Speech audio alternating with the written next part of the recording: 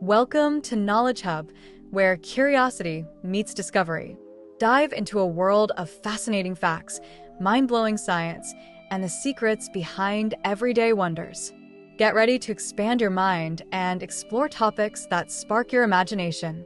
Let's unlock the knowledge together. I never thought my birthday party would turn into a scene straight out of a thriller. It all started when I decided to buy some drugs to spice things up. I mean, what could go wrong, right? I was just trying to have a good time, but things took a wild turn when I got into my dad's luxury car. I lit a cigarette, and in a moment of sheer stupidity, I tossed it inside. As I was trying to figure out how to get rid of it without burning the whole car down, everything changed. Out of nowhere, this girl, disheveled, panicked, collides with my car. She jumps in, and I'm just sitting there stunned. She's clearly in distress, her eyes wide with fear, and I can't help but feel a rush of adrenaline.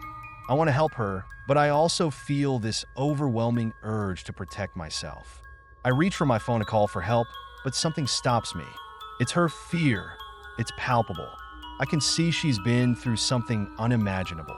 So instead of dialing, I just drive. The silence is thick, and I can feel the tension in the air. I glance over at her, and she's trying to catch her breath, her hands trembling. Then she pulls out this recorder. It's old school, like something out of a spy movie. She presses play, and her voice fills the car. I'm part of an experiment called C-39, she says, her voice shaky but urgent. I escaped. They're coming for me. My heart races. C-39? What kind of experiment is that?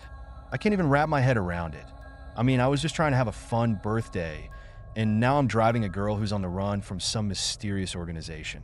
She goes on to explain that they were testing something on her, something that could change everything. I can't believe what I'm hearing. This isn't just some random girl. She's caught up in something way bigger than me. I feel a mix of fear and curiosity. What did she escape from? Who are they?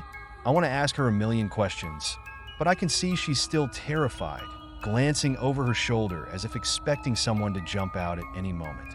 As we drive, I realize I'm in way over my head. I'm just a kid who wanted to have a party, and now I'm involved in a real-life escape story. I can't just drop her off. I can't abandon her. I'm not sure what's going to happen next, but I know I have to help her. I take a deep breath, trying to steady my racing heart. Where do we go? I finally ask, my voice barely above a whisper. She looks at me, her eyes filled with a mix of hope and fear. Anywhere but here, she replies. And just like that, I'm not just a kid anymore. I'm part of something that could change everything. I grip the steering wheel tighter, my mind racing with possibilities. What have I gotten myself into? I can't shake the image from my mind. One moment, she was there, and the next, she was a whirlwind of chaos. It all happened so fast. Suddenly, she became violent, thrashing around, and I didn't know what to do. I tried to calm her down, but it was like trying to hold back a storm. She hurt herself, and before I knew it, there was blood everywhere. On her, on me. I was terrified. I didn't want to think about the implications of what I was dealing with. A dead body in my car? That thought sent chills down my spine. I had to act fast. I dragged her unconscious body to my garage, my heart racing with every step. I could feel the weight of the situation pressing down on me. What if someone found out? What if I ended up in jail? After I managed to get her inside, I took a moment to breathe. I needed to wash away the chaos, both literally and figuratively. I scrubbed my hands, my arms, trying to rid myself of the panic that clung to me like the blood on my shirt. I thought about everything that had just happened. How did it come to this? Then my phone rang. It was my dad. He sounded worried, asking about the car. I could hear the concern in his voice, and it made my stomach drop. I had to keep my cool. I couldn't let him know what was really going on. I was still trying to process everything, and now I had to reassure him that everything was fine. But then, in a moment of sheer panic, I threw a cigarette out of the window while driving. It was a stupid move, and I immediately regretted it. I slammed on the brakes, my heart racing again. I had to check the car. I couldn't let anything slip. When I opened the door, I felt a wave of dread wash over me. The girl was gone.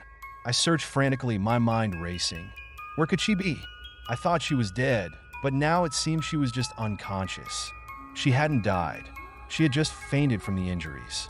Relief washed over me, but it was quickly replaced by confusion. Where had she gone? Did she wake up and leave? I had to find her. I couldn't just let her disappear. I didn't know what I was getting into, but I knew one thing. I had to figure this out before it spiraled even further out of control. I can't shake the image from my mind. How was she alive after everything? The injuries she sustained were severe, and yet there she was, defying all odds. It's almost like she had this hidden reservoir of strength, something deep within her that pushed her to run away, to escape. I mean, how does someone muster that kind of willpower when everything seems lost? It's baffling, really. I found myself pacing, my thoughts racing. I had to find her. I needed answers. But no matter how hard I searched, she was nowhere to be found. It felt like searching for a ghost, a fleeting shadow that vanished into thin air. I couldn't help but wonder what she was going through, what thoughts were racing through her mind as she fled. Was she scared, determined, or maybe a mix of both? Just as I was lost in my thoughts, there was a knock at the door. It pulled me out of my spiral. I opened it to find Anna, my friend, standing there with a bright smile. It was my birthday, and she wanted to celebrate. I appreciated her effort. It was a welcome distraction from the chaos swirling in my head. "Happy birthday," she exclaimed, her enthusiasm infectious. I couldn't help but smile back, even if my mind was still partially occupied with thoughts of her. Anna always had this way of lifting my spirits. She suggested we go out, maybe grab some food or catch a movie. It was tempting, but I couldn't shake the feeling that I needed to focus on what had happened. Still, I knew I couldn't let this day slip away entirely. Anna deserved my attention. So I pushed the worries aside, at least for a little while. We headed out, and I tried to immerse myself in the moment, laughing at her jokes, sharing stories, and just enjoying the company. But in the back of my mind, the questions lingered. How was she? Was she safe? Did she find what she was looking for? I couldn't help but feel a sense of urgency, a need to uncover the truth. But for now, I had to be present. I had to celebrate this day, even if my heart was still heavy with concern. As we walked through the streets, I realized that sometimes life throws unexpected challenges our way. It tests our strength, our resilience. And while I was grappling with my own worries, I also knew that I had friends like Anna who were there to support me. Maybe that's what I needed to focus on today: friendship, laughter, and the moments that remind us we're not alone, even when things get tough. If you enjoy what you see, hit that subscribe button and join our community. Don't forget to press the bell icon so you never miss an update. Your support means the world and helps us create even more amazing content for you.